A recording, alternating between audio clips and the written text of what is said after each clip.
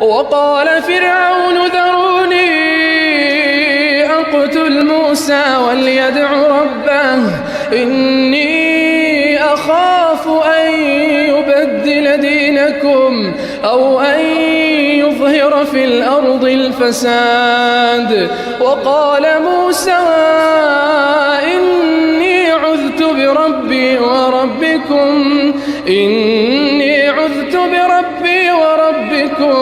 من كل متكبر لا يؤمن بيوم الحساب. الحمد لله رب العالمين الرحمن الرحيم مالك يوم الدين إياك نعبد وإياك نستعين اهدنا الصراط المستقيم صراط الذين أنعمت عليهم غير المغضوب عليهم ولا الضالين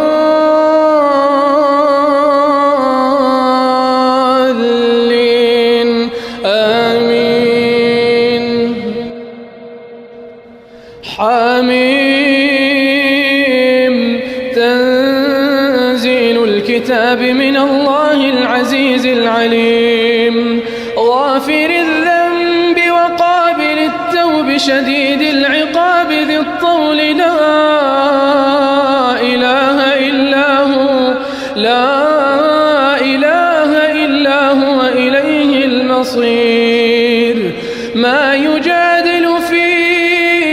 آيات الله إلا الذين كفروا فلا يغررك تقلبهم في البلاد. كذبت قبلهم قوم نوح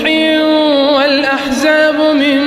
بعدهم وهمت كل أمة برسولهم ليأخذوه وجادلوا بالباطل ليدحضوا به الحق فأخذتهم فكيف كان عقاب. وكذلك حقت كلمة ربك على الذين كفروا أنهم أصحاب النار. الذين يحملون العرش ومن حوله يسبحون بحمد ربهم ويؤمنون به ويستغفرون للذين آمنوا ربنا وسعت كل شيء رحمة وعلما فاغفر للذين تابوا واتبعوا سبيلك وقهم عذاب الجحيم. ربنا وأدخلهم جنات عدن التي وعدتهم ومن صلح من آبائهم وأزواجهم وذرياتهم إنك أنت العزيز الحكيم. وقهم السيئات ومن تق السيئات يومئذ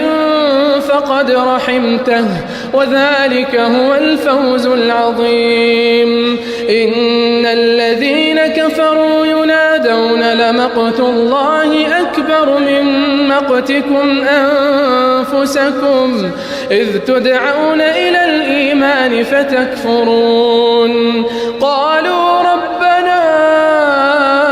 أمتنا اثنتين وأحييتنا اثنتين فاعترفنا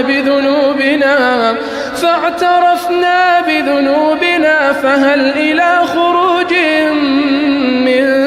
سبيل. ذلكم بأنه إذا دعي الله وحده كفرتم وإن يشرك به تؤمنوا فالحكم لله العلي الكبير. هو الذي يريكم آياته وينزل لكم من السماء رزقا وما يتذكر إلا من ينيب. فادعوا الله مخلصين له الدين ولو كره الكافرون. رفيع الدرجات ذو العرش يلقي الروح يشاء من عباده لينذر يوم التلاق يوم هم بارزون لا يخفى على الله منهم شيء لمن الملك اليوم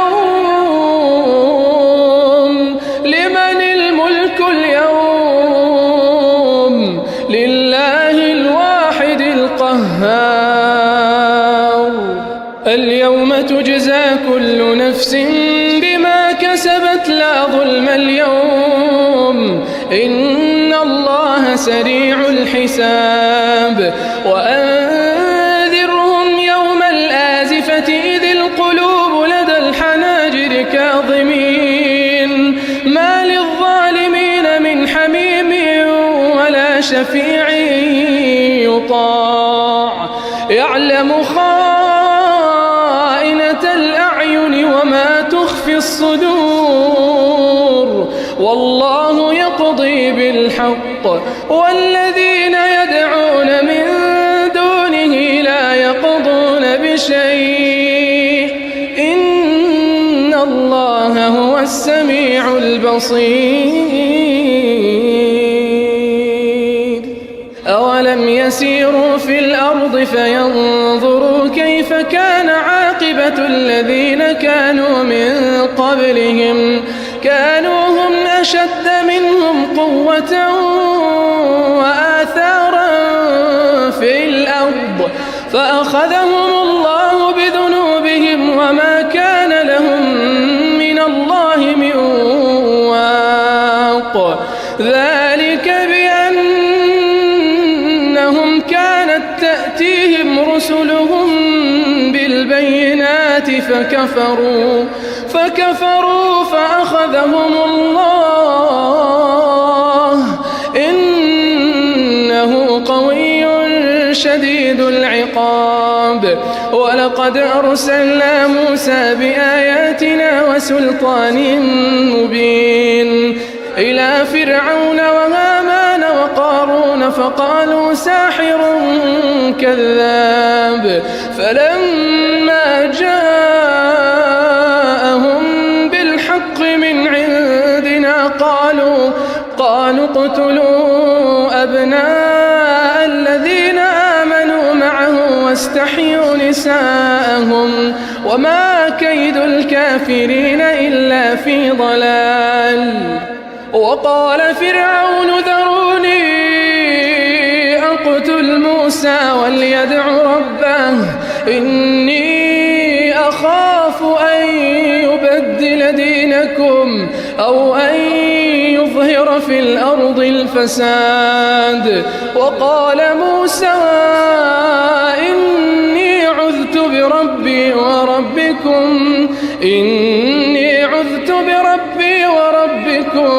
من كل متكبر لا يؤمن بيوم الحساب وقال رجل مؤمن من آل فرعون يكتم إيمانه أتقتلون رجلا أن يقول ربي الله وقد جاءكم بالبينات من ربكم وإن يك كاذبا فعليه كذبه وإن يك صادقا يصبكم بعض الذي يعدكم إن الله لا يهدي من هو مسرف كذاب يا قوم لكم الملك اليوم ظاهرين في الأرض فمن ينصرنا من بأس الله إن جاءنا قال فرعون ما أريكم إلا ما أرى وما أهديكم إلا سبيل الرشاد وقال الذي آمن يا قوم إني أخاف عليكم مثل يوم الأحزاب مثل دأب قوم نوح وعاد وثمود والذين من بعدهم وما الله يريد ظلما للعباد ويا قوم إني أخاف عليكم يوم التناد يوم تولون مدبرين ما لكم من الله من عاصم ومن يضلل الله فما له من هاد ولقد جاءكم يوسف من قبل بالبينات فما زلتم في شك مما جاءكم به حتى إذا هلك قلتم لن يبعث الله من بعده رسولا كذلك يضل الله من هو مسرف مرتاب الذين يجادلون في آيات الله بغير سلطان أتاهم كبر مقتا عند الله وعند الذين آمنوا كذلك يطبع الله على كل قلب متكبر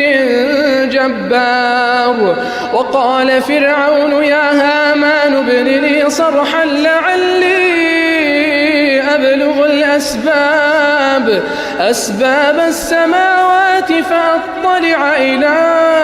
إله موسى وإني لأظنه كاذبا وكذلك زين لفرعون سوء عمله وصد عن السبيل وما كيد فرعون إلا في تباب وقال الذي